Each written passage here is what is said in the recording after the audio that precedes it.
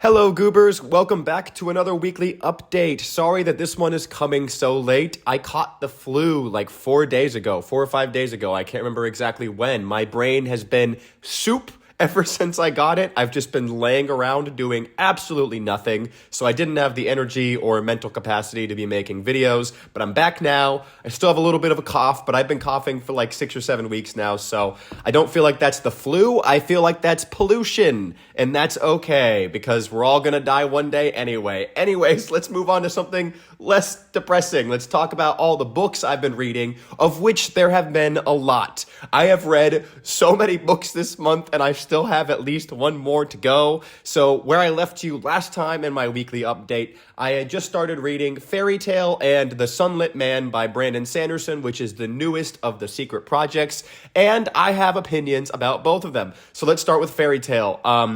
I have very mixed feelings on this one, okay? I thought I was gonna love it, and the beginning of the book proved that to me. The beginning of the book was like, okay, this is exactly what you wanted. It's excellent, it's transportative, it's very fun, it's Stephen King. It's exactly what I wanted, and I assumed, like, okay, it's Stephen King. Like I just said. It's gonna get weird at some point. It's gonna get creepy. It's gonna get scary because it's Stephen King, right? And that all happened, but not in a way that I enjoyed, in a way that really pulled me out of the emotional stakes of the story and just kind of veered onto this path I didn't really care about all that much. And the thing is, like, I'm okay with it taking a turn and going down a path that I'm not expecting, but it felt like there was so much buildup in the first half of the book. Without giving you anything really big for a spoiler, this book is essentially about a young boy or a young man, I guess, he's like 17. He meets this old man who has like fallen down and hurt himself, and he starts taking care of this man's dog while this man is in the hospital. And it's very sweet. It's a very sweet story. But there's a shed out back in this old man's backyard that like leads somewhere else. That's all I'll say in case you don't know what the plot of the book is. So that is all introduced at the beginning of the book. And I got super emotionally invested in all of that right away because the dog was so well written. The relationship between the boy and the old man was super endearing. And there's also a whole beginning part. There's like, I don't know, like probably 20, 30 pages that reflect on the beginning of this boy's life and his relationship with his own father. I thought all of that was super well done. It was all super engrossing, super emotionally investing. Like I said, I was so into it. And then the back half of the book just abandons literally all of that. Like none of it mattered in the end. Like for the story that he was telling, that he was actually telling with this book, it felt like, okay, all of that was cool for like character development, but why did you spend like almost 300 pages on it then if you weren't even going to like use it in the plot in any way? Like it was all basically set up for this whole other thing to happen. It was a weird turn that like, I'm okay with that, but it was just not done in a way that I thought was super interesting in the first place. It sort of turns into like a Prison Break book, which is just, I don't know. I just was like, what? Like, what the hell is even going on? Like, it just kept going, and it wasn't even like super high octane or anything. Things were moving at a good pace, and then everything ground to a halt. And all of a sudden, we're going to like this daily prison routine, and I was like, "What is going on? Like, why is this the direction you took things?" And then it gets even weirder than that, which is whatever. My point is, I didn't like the second half of the book that much, so I would still recommend it, and I still saw a lot of other people say they loved it. So like, I'm obviously an outlier, but that's just my opinion, and I definitely still recommend you at least check it out. But if you're like me and you didn't enjoy the second half, there's no reason to not DNF. I didn't do it because I pushed through. I was going to hope that things would, at the end, kind of come back to what I was enjoying about the story, and they didn't really. But that's okay. I still, I don't regret reading it. I just, I have mixed opinions on it, and it's rare for me to not read a book and have mostly good things to say about it. You know this if you've been listening to me talk about books for a while.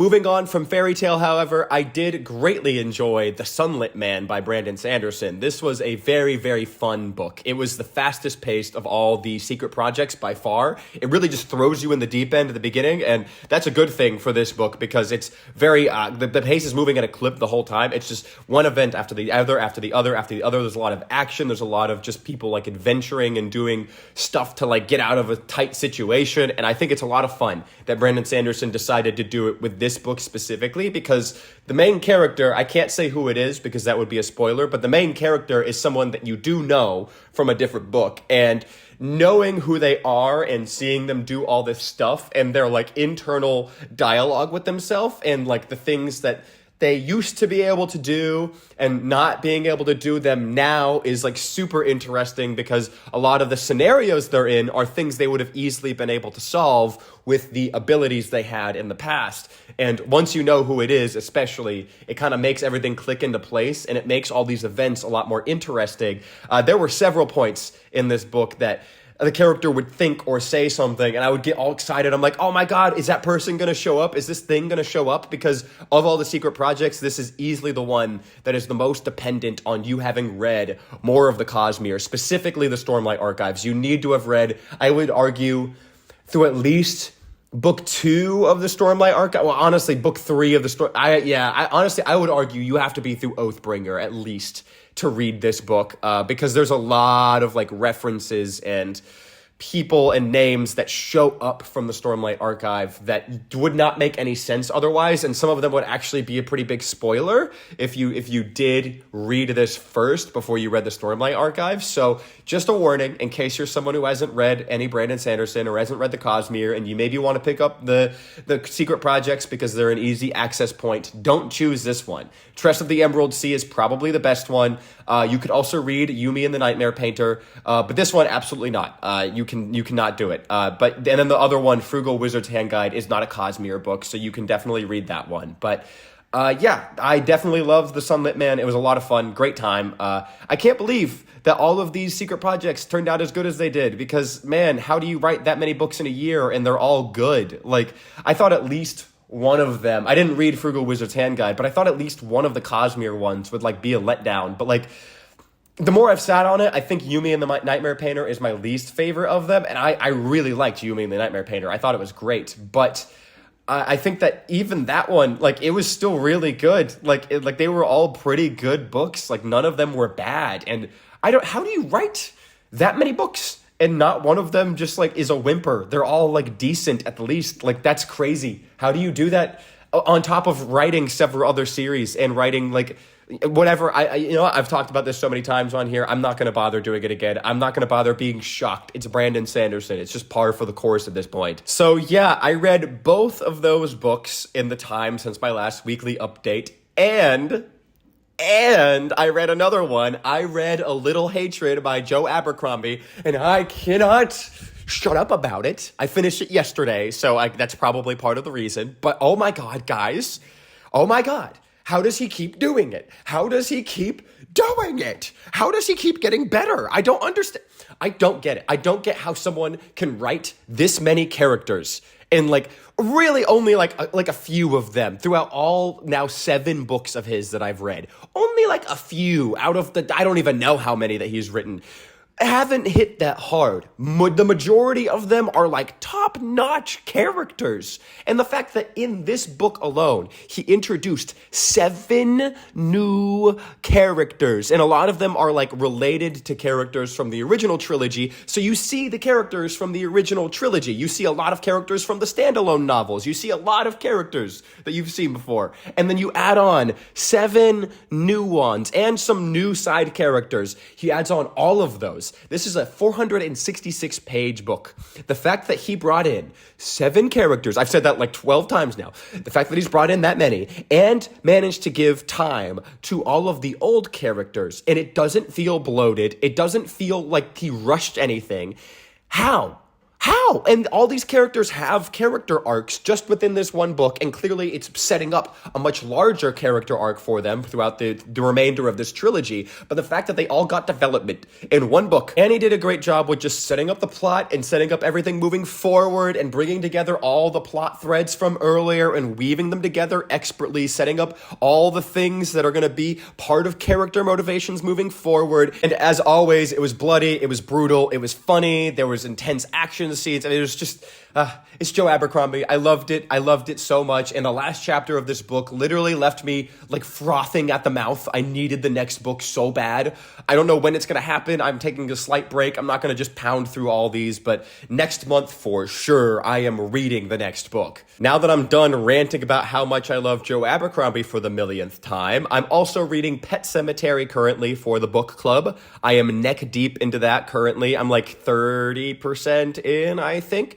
I have till the end of the month to read that, so I'm gonna take my time because I just destroyed 3 books in about a week, so I need to slow down a little bit.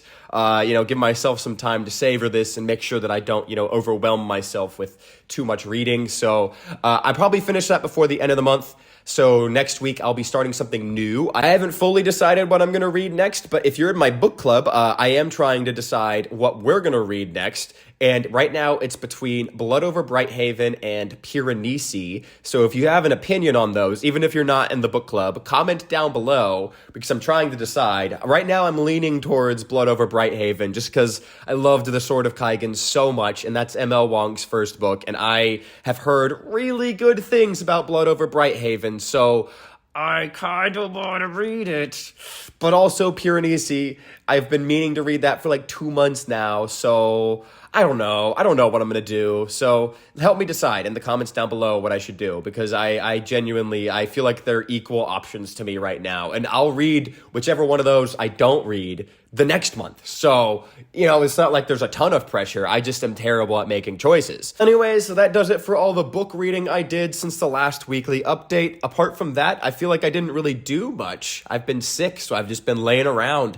I decided to watch Harry Potter. I watched the first Harry Potter movie, which, by the way, the chess scene has been totally ruined for me because of all the TikToks that people made of, no, he's going to sacrifice himself. No, Ron, no. When I'm down, you're free to take the king. You've seen this if you've been on TikTok probably, and it's ruined the scene for me. Also, I want to say thank you to all my new subscribers. I've had a couple of videos kind of pop off the past couple of weeks. My Sword of Kaigen video got like 600 something views, and last week my 10 standalone books I want to read, I got like almost like 900 views, and I got like 30 subscribers in that time. So welcome in, everybody. Welcome to the Goon Squad. I don't know why I chose that name. That's not what we are. This is the only YouTube channel on the internet. Welcome to the only YouTube channel on the internet is what I meant to say. Not the Goon Squad. That's a really terrible name for my subscribers. We're not going to be called that, just so you know.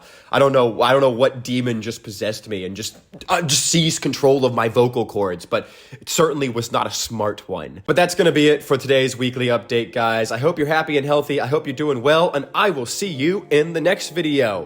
Bye-bye. See ya. Ciao. Adios. Am I forgetting any? No, I'm not forgetting any. Bye-bye.